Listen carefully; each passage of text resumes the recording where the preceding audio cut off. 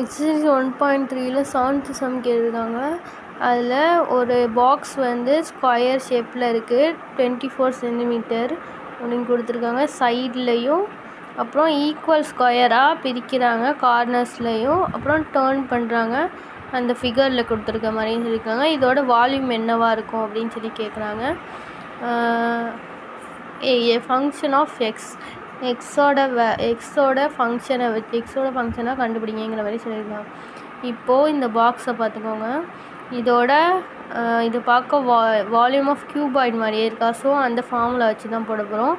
இதோட ஹைட்டும் 24 - 2x தான், பிரெத்தும் 24 - 2x தான்.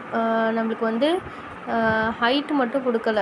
ஹைட்டு வந்து எக்ஸ்ன்னு கொடுத்துருக்காங்க. லென்த்தும் 24 - 2x, பிரெத்தும் 24 - 2, ஹைட்டு மட்டும் எக்ஸில் கொடுத்துருக்காங்க. இப்போ போடுவோம் அதை.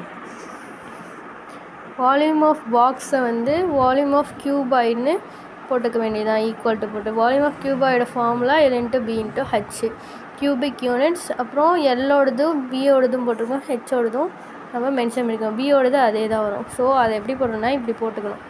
3ஓட வேல்யூவையும் ஃபார்முலா படி போட்டுட்டு இப்போ என்ன பண்ணால் இது 24 24s are 576, 24 2s are 48. அடுத்தது 2 24s are 48, 2 2s are 4 போட்ட பிறகு இந்த எக்ஸு மீதி இங்கே ஒரு எக்ஸ் இருக்குமா, அந்த ஹைட்டோட எக்ஸு,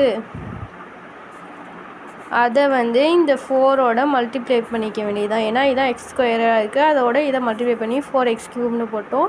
இப்போ 48ம் 48ம் ஆட் பண்ணோன்னா 96 ஆகிடும். ஸோ அது 96x² ஆகிடும். அடுத்தது மீதி என்ன இருக்குது, 576 இருக்குது. ஸோ 576 போடுறோம். ஃபஸ்ட்டு கியூபிக் போட்டுக்கிறோம், அதுக்கப்புறம் ஸ்கொயரில் உள்ளது எழுதிக்கிறோம், அதுக்கப்புறம் எக்ஸோடது எழுதிக்கிறோம். இதுவும் சேர்ந்தால் எக்ஸும் எக்ஸ்² ஆகிடும். அதான்